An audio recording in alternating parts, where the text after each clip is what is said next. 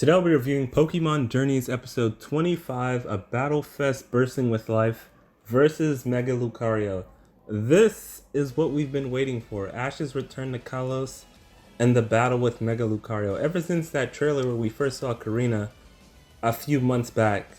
I know a lot of people enjoyed this episode and the return to Kalos, and I know other people were upset because they didn't get what they wanted, i.e. returns from certain characters, and I'll talk more about that later. But I still thought this was a great episode.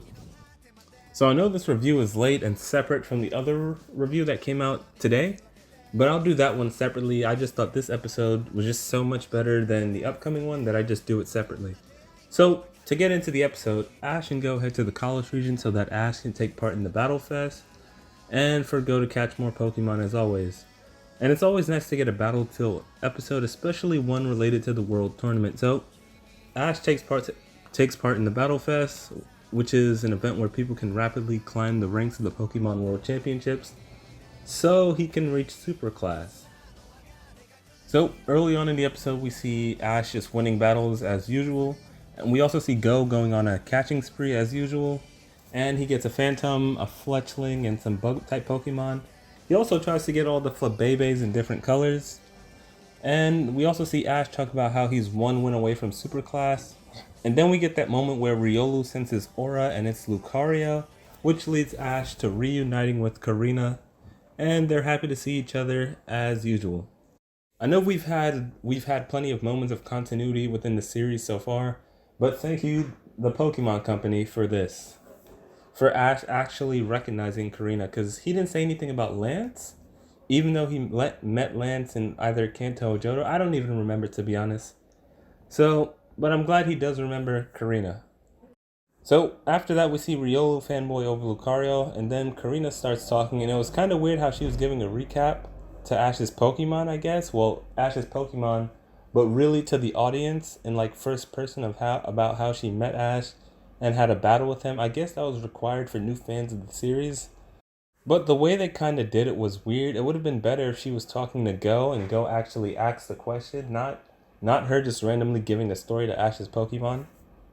But that aside, I like how Ash pointed out that he won their battle after she mentioned how great it was, and she kind of gets a bit mad about it, which I thought was funny. And I know a lot of people here were expecting or wishing we'd get a Serena cameo or that picture from Kalos that Ash and Korrina took together. But we didn't really get that. I guess some people were expecting at least a cameo of that picture or something. But I think it would have been misplaced in this episode since it was strictly battle focus. So Ash asks Korrina if she's participating in the Battle Fest, and she says that she is as a gym leader so that she can win her way up to battling Leon. We also find out that she's doing this to challenge herself, and that she's one win away from Superclass, just like Ash. It makes you wonder if Korrina is going to be one of the trainers in the top 8 that makes it.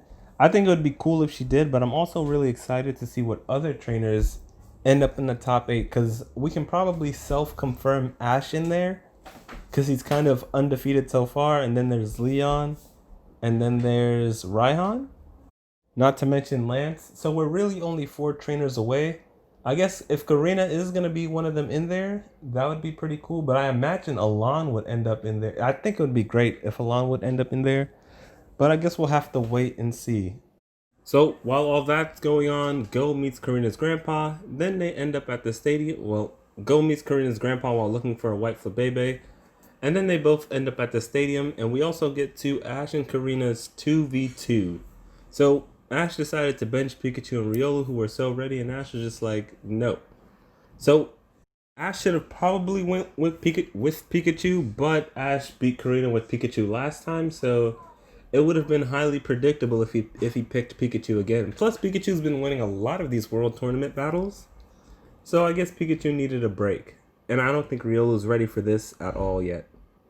Then we get to the long-awaited battle, and it was a great one. So, it was a 2v2, which started off with Minxiao and Gengar. I really liked the strategy on both sides in the beginning. Ash picking Gengar, anticipating and knowing Korrina would use a fighting-type Pokemon was pretty smart.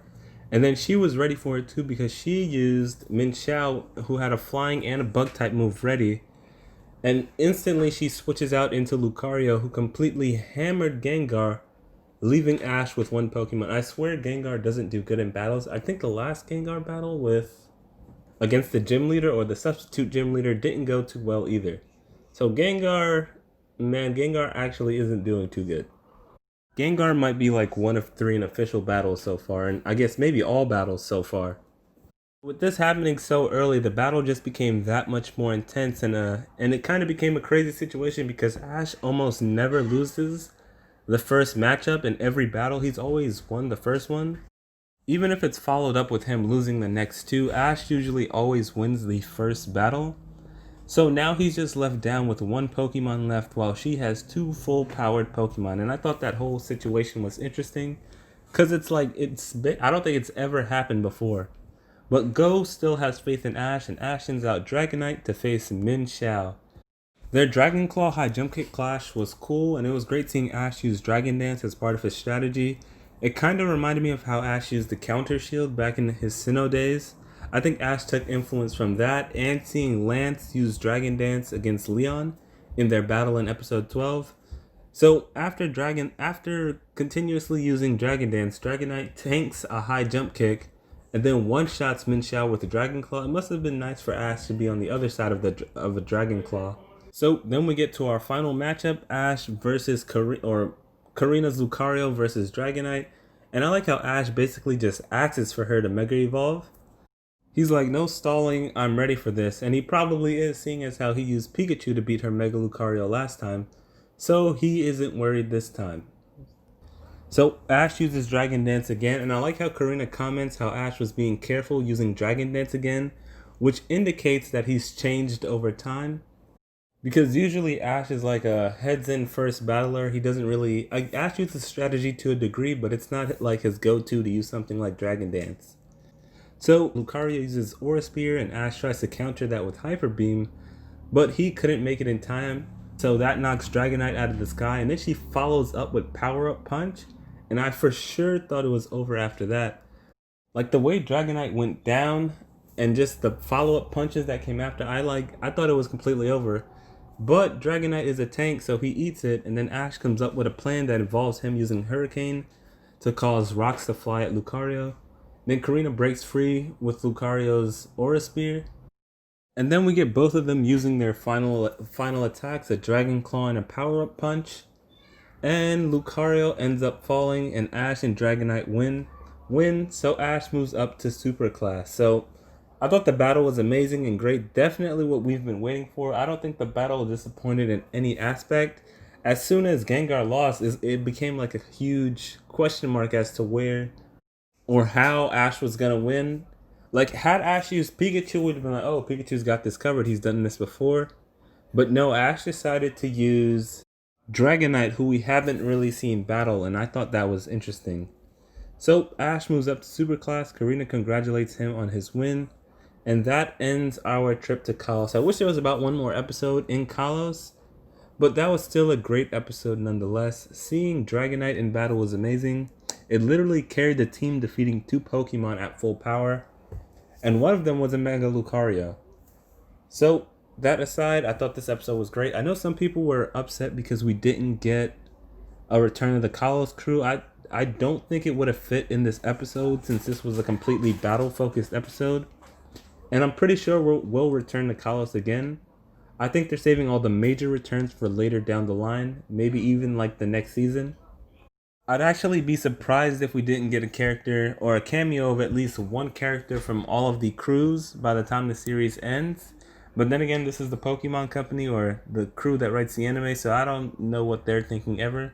But they've done a good job so far, giving us small cameos of people like LT Surge, Lance. We got Korrina. We saw Professor Elm.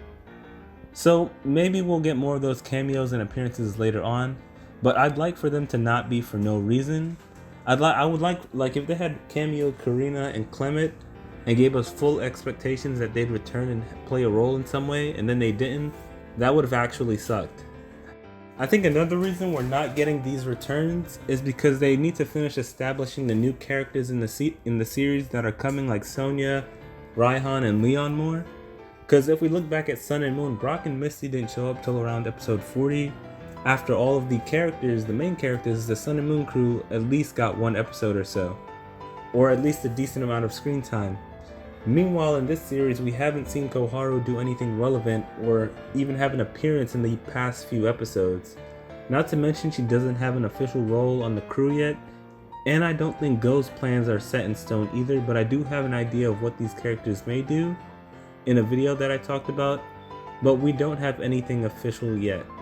I would like to see a return to Alola, maybe in Alolan Battle Fest where they invite Ash as the champion. I think that would be pretty cool. But that aside, let me know what you thought of this episode in the comment section below. Be sure to like, subscribe, and share. Thanks for watching, and bye.